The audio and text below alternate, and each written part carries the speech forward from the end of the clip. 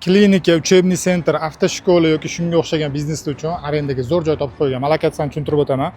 Parkinskiy bozordan kelaverishda, Salkovskiyga qarab ketaverish, Jiyotda uni shunday yonida ko'ringlar, parkovkaga bir 15 ta mashinaga joy yetarli. Endi ichkari qismini ko'rib chiqamiz. Birinchi etaj 220 kvadrat, podval 2 kvadrat, podvalga bu yoqdan ham tushsa bo'ladi. Shuni kirishinglar bilan mana chiroyli vid kutib oladi. Xo'p.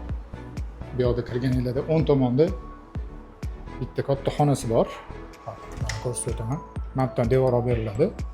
Bu yoqda ichkarida bitta xonasi bor. Endi bu yoq tarafimizga kirganingizda podvalga bu yoqdan ham tushsa bo'ladi. Agar отдельно oladigan bo'lsangiz, podvalga olib boriladi. Bu yoqda resepsiyon qilib qo'yilgan. Yon tomonda bitta xonamiz bor. Ichkariga ikkita sanuzeli bor. Bu yerda bitta sanuzel ko'rsatib o'tmayman. Bu yoqda yana bitta katta xonamiz bor. To'g'rida yana bitta sanuzel. Bu yoqda bitta kichkina xona. Va yonida yana bitta xonamiz bor. Endi podval qismini ko'rsatib o'taman. Podvalga tushib kelganingizda bu yoqda 6 ta xonamiz bor. Xonalarimiz shunaqa holatda.